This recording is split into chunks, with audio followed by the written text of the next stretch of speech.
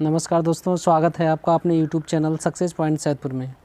दोस्तों आज है 29 मई और 29 मई के जितने भी करंट अफेयर के क्वेश्चन बने हैं मैं आप लोगों के लिए लाया हूं, जो कि आपकी प्रतियोगी परीक्षाओं के लिए काफ़ी महत्वपूर्ण हैं। और 28 मई के करंट अफेयर के सही क्वेश्चन का सही जवाब श्रवण कुमार चौहान, विनय कुमार चौहान, विनीत चौहान, ब्रिजेश चौहान, पूजा कुमारी, राम लखन कुमार व अन्य लोगों ने सही जवाब दिए हैं। तो सक्सेस पॉइंट सैदपुर की तरफ से आप लोगों को धन्यवाद। तो दोस्तों, अगर आप इस चैनल को सब्सक्राइब नहीं किए हैं तो कृपया सब्सक्राइब कर लीजिए और लाइक, कमेंट, शेयर इस वीडियो को ज़रूर कीजिए। और आज चलते हैं आज के इस करंट अफेयर के पहले क्वेश्चन की तरफ। तो जो आज का पहला प्रश्न है, किस देश ने कोविड-19 से मरने वालों की स्मृति में 10 दिन का शोक घोषित किया है? तो इस प्रश्न के 4 विकल्प हैं। पहला स्पेन, दूसरा भारत, तीसरा अमेरिका और चौथा चीन। तो इसमें आपका जो पहला स्पेन है, पहला विकल्प स्पेन, वह सही है।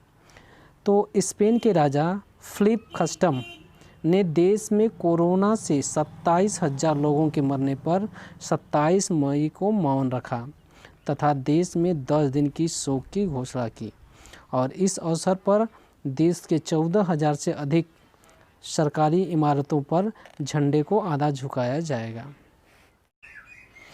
आज का अगला प्रश्न है, ताज़ा अध्ययन के अनुसार कोविड-19 के विषाणु हवा में कितनी दूर तक संक्रमण फैला सकते हैं? तो इस प्रश्न के 4 विकल्प हैं। पहला 20 फुट, दूसरा 50 फुट, तीसरा 10 फुट और चौथा 25 फुट। तो इसमें आपका जो पहला विकल्प है 20 फुट वह सही है।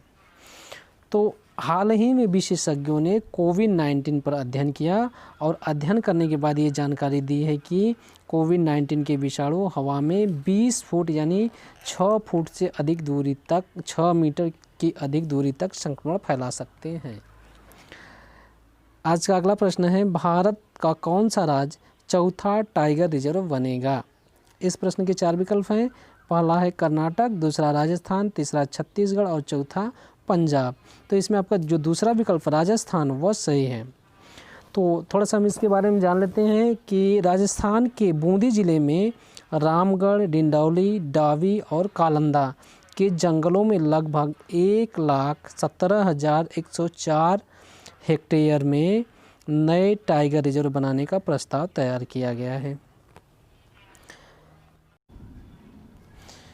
अगला प्रश्न है, मारुति सुजुकी ने किस बैंक के साथ समझौता किया है? इस प्रश्न के 4 विकल्प हैं। पहला ICICI बैंक, दूसरा है UBI बैंक, तीसरा है PNB बैंक और चौथा है SBI बैंक। तो इसमें आपका जो पहला ऑप्शन है ICICI बैंक, ये सही है। तो थोड़ा सा इसके बारे में जान लेते हैं। मारुति सुजुकी कंपनी ने अपने ग्राहकों को बेहतर कर्ज सुविधा उपलब्ध कराने के लिए ICICI बैंक के साथ समझौता किया है। इसके तहत कार खरीदने वालों को मासिक किस्त में राहत मिलेगी। आज का अगला प्रश्न है, किस राज्य में सेना कमांडरों का सम्मेलन हुआ है? इस प्रश्न के 4 विकल्प हैं। पहला दिल्ली, दूसरा उत्तर प्रदेश, तीसरा मध्य प्रदेश और चौथा पंजाब। तो इसमें आपका जो पहला विकल्प दिल्ली है वह सही है।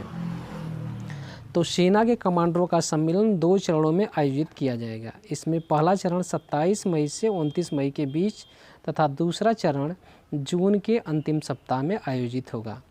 और इसका आयोजन अप्रैल माह में किया जाना था, परंतु कोविड-19 के कारण यह स्थगित कर दिया गया। और इस सम्मेलन का मुख्य उद्देश्य सेना में प्रशासनिक चुनौती पर विचार मंथन करना है। आज का अगला प्रश्न है, हाल ही में किस सरकार ने वन धन योजना लर्निंग फॉर पोस्ट कोविड-19 पर वेबिनार का आयोजन किया है? इस प्रश्न के 4 विकल्प हैं। पहला उत्तर प्रदेश, दूसरा राजस्थान, तीसरा केरल, चौथा दिल्ली। तो इसमें आपका जो दूसरा विकल्प है राजस्थान वह सही है। तो वन धन योजना के बारे में जानते हैं। वन धन योजना का मुख्य उद्देश्य लकड़ी के छोटे उत्पाद व लकड़ी के वास्तविक संपत्ति का उपयोग करके जनजातियों के लिए आजीविका उत्पन्न करना है।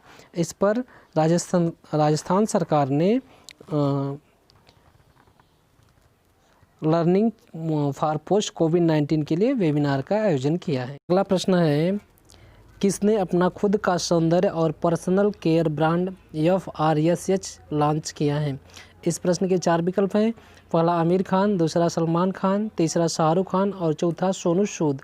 तो इसमें आपका जो दूसरा विकल्प सलमान खान है वह सही है।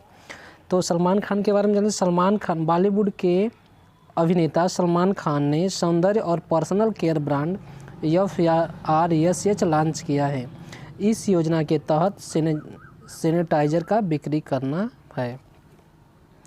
आज का अगला प्रश्न है, किस देश ने कोविड-19 के कारण लगे आपातकाल को हटा दिया है? इस प्रश्न के 4 विकल्प हैं। पहला इजराइल, दूसरा अमेरिका, तीसरा जापान और चौथा ब्रिटेन। तो इसमें आपका जो तीसरा विकल्प है जापान वह सही है।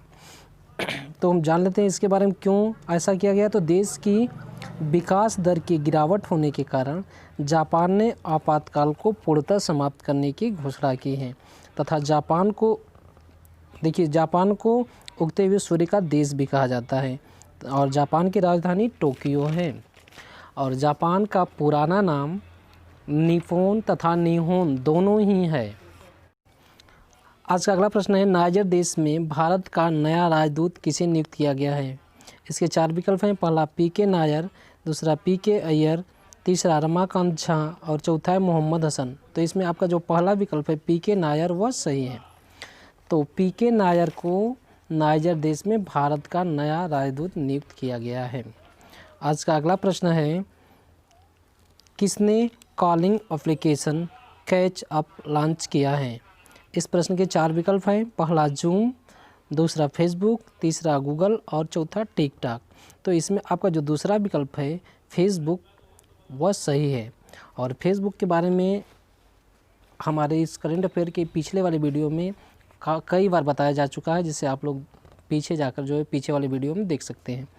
तो सोशल मीडिया की मशहूर कंपनी फेसबुक ने घर से काम करने वाले अपने यूजरों के लिए एक नया ऐप लॉन्च किया है जिसका नाम कैचअप रखा है।